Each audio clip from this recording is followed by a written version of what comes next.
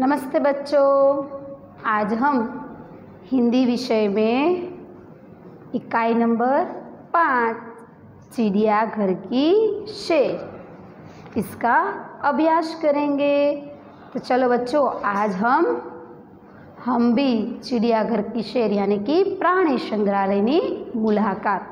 तो आज हम भी अभी प्राणी संग्रहालय की मुलाकात करने जा पहुँचते हैं। तो बच्चों, प्राणी संग्रहालय में कौन कौन से जानवर होते हैं, कौन कौन से पशु पक्षी होते हैं, सबसे पहले हम इस इकाई को समझते हैं। पहले प्राणी संग्रहालय में यानी कि चिड़ियाघर में कौन कौन से पक्षी होते हैं, कौन कौन से पशु हमें दिखने को मिलते हैं, सबसे पहले हम यह जानकारी प्राप्त करते हैं। आप आपके क्लास वर्क बुक में मेरे साथ मैं जो लिखती हूँ वह लिखते जाइए।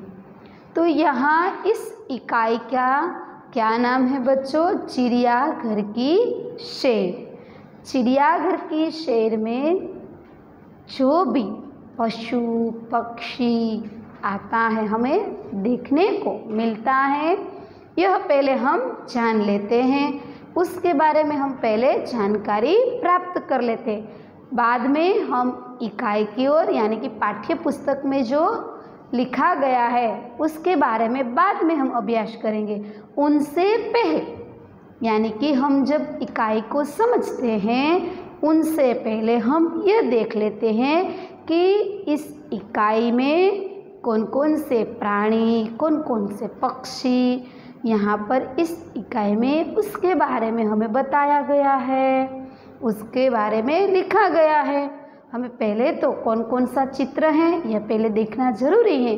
इसलिए अब हम पहले क्या कार्य करते हैं?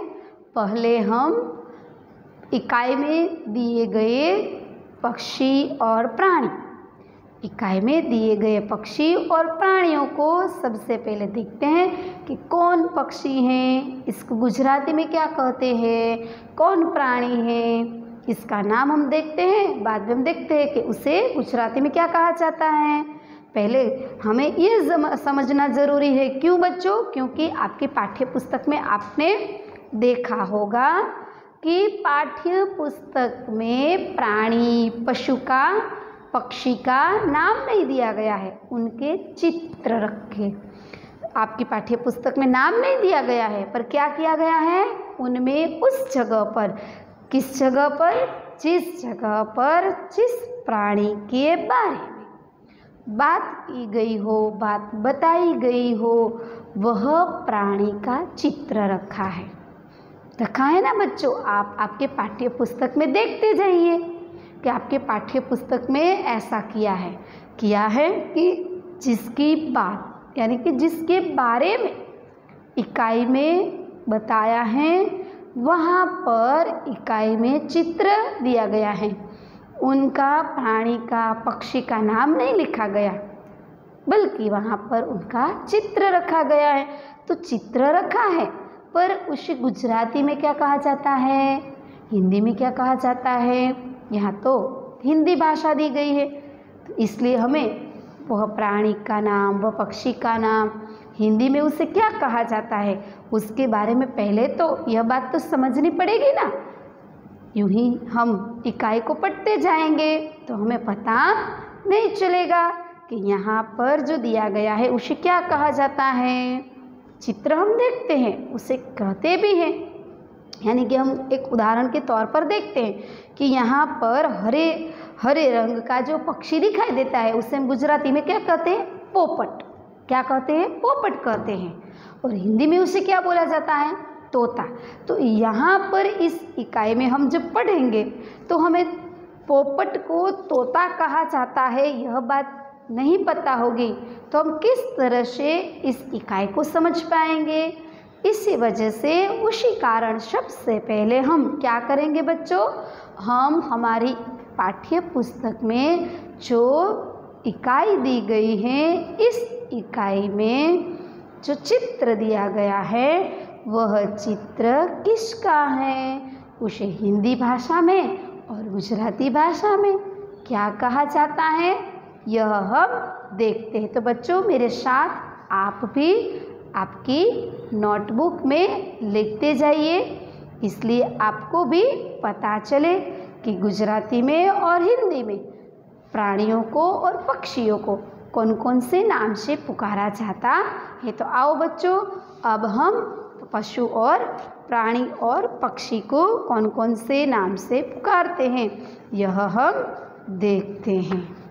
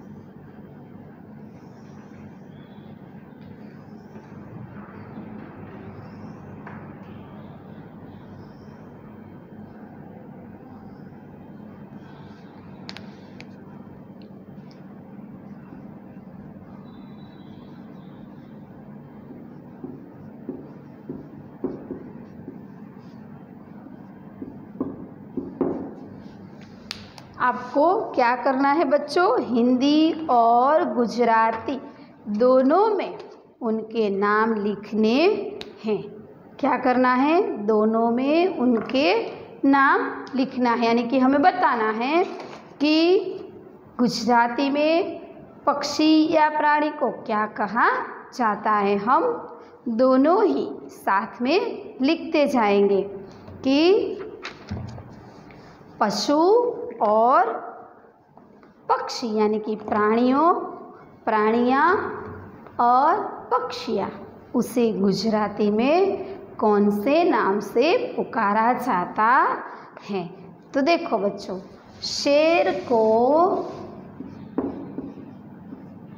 गुजराती में क्या कहते हैं, सिंह कहते हैं। क्या कहते हैं, सिंह कहते हैं।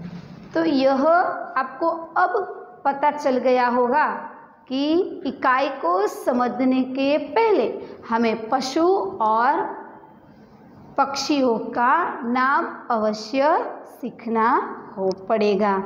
अवश्य हमें जानकारी प्राप्त करनी पड़ेगी कि शेर को क्या कहा जाता है, बंदर को क्या कहा जाता है।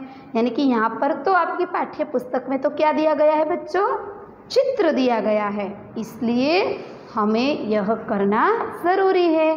तो चलो बच्चों मेरे साथ आप लिखते जाइए। शेर को क्या कहा जाता है, सिंह।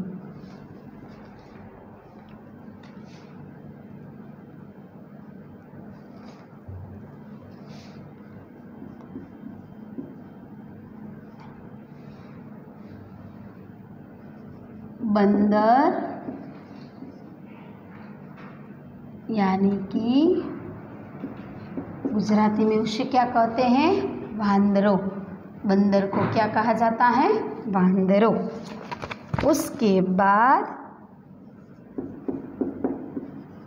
गेंडा, क्या कहा जाता है, गेंडा। तो उसे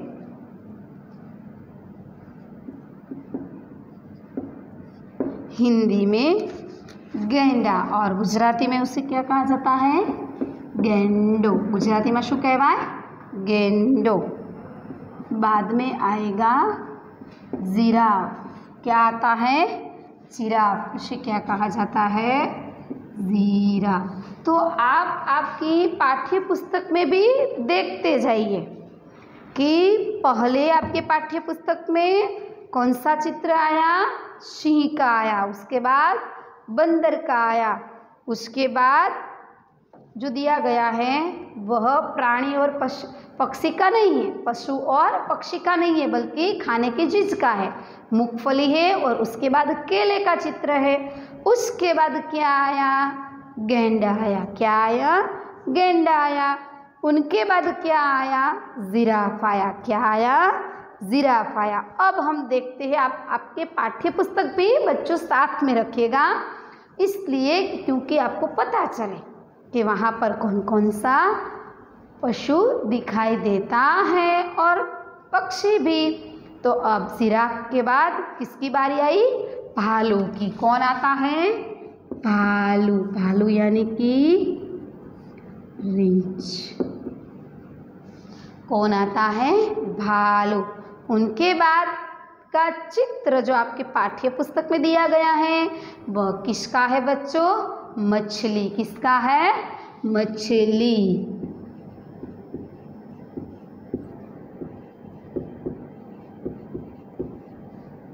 उसे क्या कहते हैं?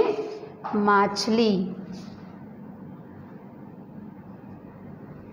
मछली यानी कि मछली। अब हम आगे चलते हैं। उसके बाद मछली के बाद क्या आता है? वह क्या है? पक्षी है। वह क्या है? पक्षी। तो क्या आया है वहाँ? बतख। क नहीं लिखना है बच्चों, ध्यान में रखना, ख लिखना है। क्या लिखना है? ख। उसे गुजराती में क्या कहा जाता है? बतख। बतख को गुजराती में शू कहवाय? बतख। बतख के बाद आपके पाठ्य पुस्तक में कौन सा प्राणी दिखाई देता है? क्या दिखाई देता है? कछुआ। क्या दिखाई देता है बच्चों? कछुआ। कछुआ यानी कि काचबो।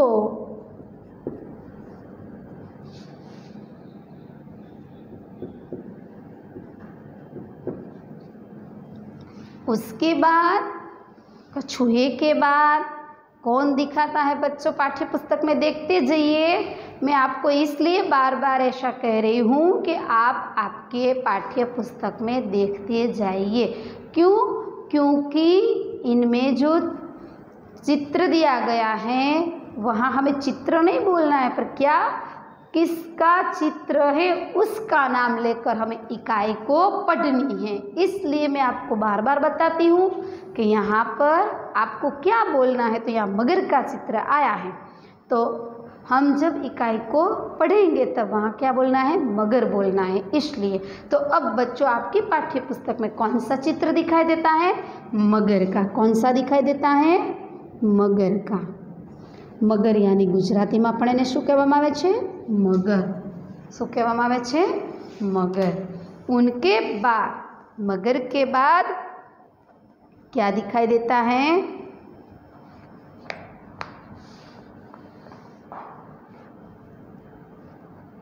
तोता। क्या दिखाई देता है? तोता दिखाई देता है। मगर के बाद क्या आती है? चिड़िया। चिड़िया यानी कि चकली, चिड़िया आती है। उनके बाद क्या आया है बच्चों? तोता। क्या आया है? तोता। तोता यानी कि पोपट। तोता यानी कि पोपट।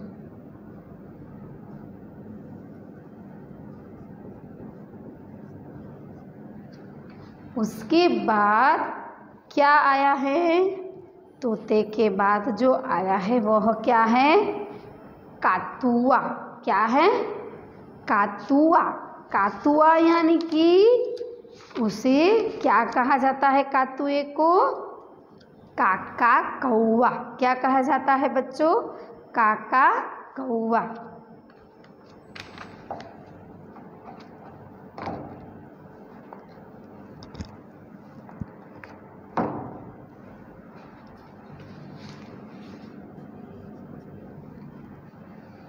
कातुआ।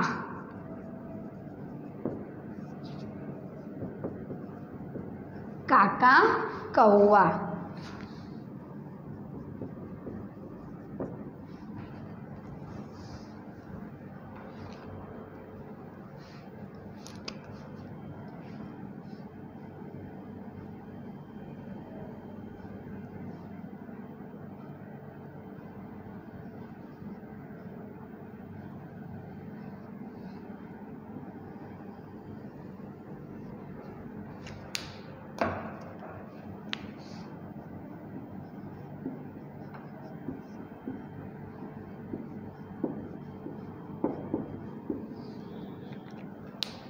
આગળ આપણે જોઈએ બાળકો કે कतुआ, कतुआ बाद में क्या आएगा? मोर। मोर को हम हिंदी में मोर कहते हैं और गुजराती में भी उसे हम मोर कहते हैं।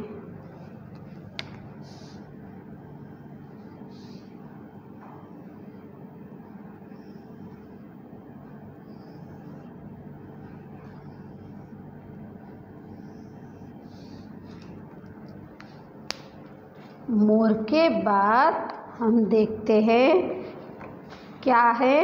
शुतुरमुर्ग। शुतुरमुर्ग क्या है? शुतुरमुर्ग। शुतुरमुर्ग यानी कि शाहमृग। शुतुरमुर्ग यानी कि शाहमृग। तो देखा बच्चों आपने कि आपको शुतुरमुर्ग का नाम नहीं आता है, यानी कि हम जब इकाई पढ़ते हैं तो हमें पता नहीं है कि हिंदी में उसे शुतुरमुर्ग कहा जाता है, तो हम इकाई को किस तरह समझ पाएंगे? इसलिए सबसे पहले हमें इकाई से पहले यह समझना बहुत ज़रूरी था। यह प्राणी, पशु के नाम, प्राणी के नाम हमें समझना बहुत ज़रूरी था। अब देखते हैं कि कौन सा नाम है? हाथी। इसे गुजराती में भी क्या कहा जाता है? हाथी।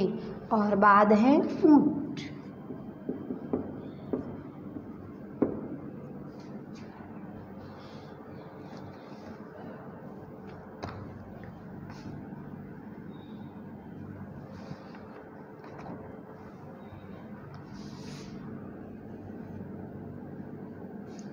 उसके बाद भेड़िया।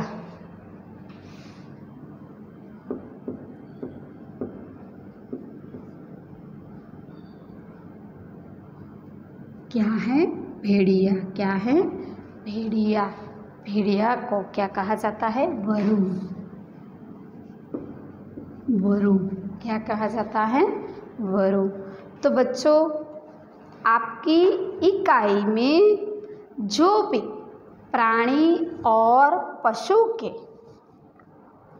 प्राणी और पशु और पक्षी जो भी नाम यानी कि जो भी चित्र आए गए हैं उसके चित्र के मुताबिक यानी कि चित्र को देखकर हमें यह पशु और पक्षी के नाम हिंदी में लिखे। अब हमें इकाई को पढ़ने में और इकाई को समझने में कोई दिक्कत नहीं होगी, कोई तकलीफ नहीं पड़ेगी। क्यों? क्योंकि हमें पता चल गया कि इस चित्र जो है उसे हिंदी में यह कहा जाता है। तो बच्चों, अब हम आपके पाठ्य पुस्तक में देखते हैं कि वहाँ पर आपने देखा कि जो पशु का चित्र है, जो पक्षी का चित्र है, इन सब को हमने यहाँ पर लिख दिया है। क्या क्या पशु है और क्या क्या प्राणी है। शेर यानी कि सिंह, बंदर यानी कि वांदरो, गैंडा यानी कि गेंडो, जिराफ यानी कि जिराफ, भालू यानी कि रीछ, मछली यानी कि माछली, बतख यानी कि बतख, कछुआ यानी कि काचबो, मगर यानी कि मगर, तोता यानी कि पोपट, कातुआ यानी कि काका कौवा, मोर यानी कि मोर, शुतुरमुर्ग, शुतुरमुर्ग, शुतुरमुर्ग यानी कि शाहमृग, शुतुरमुर्ग यानी कि शाहमृग, हाथी यानी कि हाथी, ऊंट यानी कि ऊंट, भेड़िया, भेड़िया यानी कि वरु, भेड़िया यानी कि वरु। तो सब यहाँ इस इकाई में पशु और पक्षी जो भी चित्र आए हैं उन सभी चित्रों को हमने यहाँ पर देख लिया। तो अब चित्र के अलावा भी कई चित्र दिए गए हैं। इन चित्र को हम देखते हैं कि पाठ्य पुस्तक में बंदर के बाद क्या है? मूंगफली। कौन सा चित्र है? मूंगफली का चित्र है। उनके बाद केले का चित्र है। बाद तो सभी पक्षी और प्राणी का है, उसका हमने देख लिया। उनके बाद आइसक्रीम का चित्र दिया गया है। उनके बाद दरवाजे का चित्र दिया गया है। और उसके बाद क्या चित्र दिया गया है? बस का। क्या चित्र दिया गया है? बस का। तो देखा बच्चों, यहाँ पर जिन जिन प्राणियों और जिन जिन पक्षियों, यानी कि जो जो प्राणी और जो पक्षी का चिड़ियाघर के इकाई में जिनका समावेश किया है चित्र का, इन सभी चित्र को पशु और प्राणियों के चित्र, पशु और पक्षियों के चित्र, उन सभी चित्रों को हमने यहाँ पर हिंदी और गुजराती दोनों के नाम को देख लिया। अब हम बच्चों इकाई की और कल चलेंगे, क्योंकि आज हमें यह समझना जरूरी था कि जो चित्र दिया गया है उसे हिंदी में क्या कहा जाता है। इसलिए हमने आज यह पशु और पक्षी के हिंदी की नाम की जानकारी प्राप्त कर ली है। कल हम इकाई की ओर चलेंगे।